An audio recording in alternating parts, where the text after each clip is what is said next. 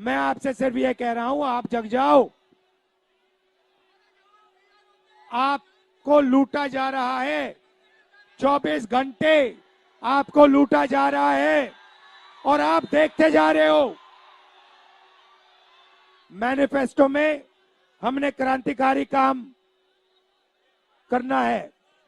पहला काम जाति जनगणना, इससे सबकी गिनती हो जाएगी, सबको पता लग जाएगा किसकी कितनी आबादी।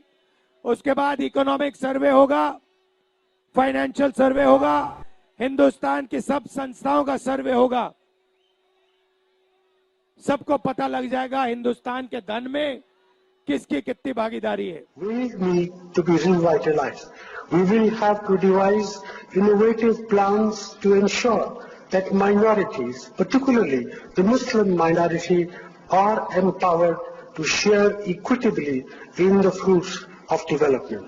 They must have the first claim on our resources. ये जो गोल्ड है बहनों का और जो संपत्ति है, ये सबको समान रूप से वितरित कर दी जाएगी। क्या ये आपको मंजूर है? क्या आपकी संपत्ति सरकार को हटने का अधिकार है? क्या आपकी संपत्ति को, आपने मेहनत करके कमाई हुई संपत्ति को सरकार को ऐंठने का अधिकार है? क्या उस संपत्ति को मेरी माताओं बहनों की जिंदगी में सोना वो सिर्फ शो करने के लिए नहीं होता है, उसके स्वाभिमान से जुड़ा हुआ है। उसका मंगलसूत्र वो एक सोने का कीमत का मुद्दा नहीं है, उसके जीवन के सपनों से जुड़ा हुआ है। तुम उसे छीनने की बात कर रहे हो अपने मैनिफेस्टो में।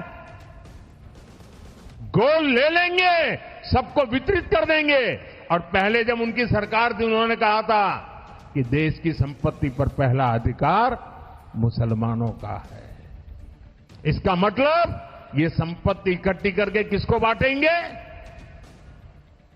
जिनके ज्यादा बच्चे हैं उनको बांटेंगे।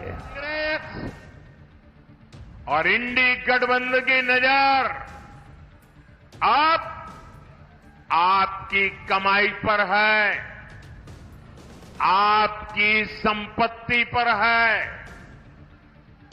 कांग्रेस के शहजादे का कहना है कि उनकी सरकार आई तो कौन कितना कमाता है, किसके पास कितनी प्रॉपर्टी है, किसके पास कितना धन है, किसके पास कितने मकान है, उसकी जांच कराएंगे। इतना ही नहीं, वो आगे कहते हैं कि ये जो संपत्ति है उनको सरकार अपने कब्जे में लेकर उसको सबको बांट देगी। ये कहते हैं, ये मैनिफेस्टो उनका कह रहा है। कांग्रेस इसका सर्वे कराएगी और फिर कांग्रेस कब्जा करेगी। ये माओवादी सोच है, ये कम्युनिस्टों की सोच है। ऐसा करके कितने ही देशों को वो पहले बर्बाद कर चुके हैं।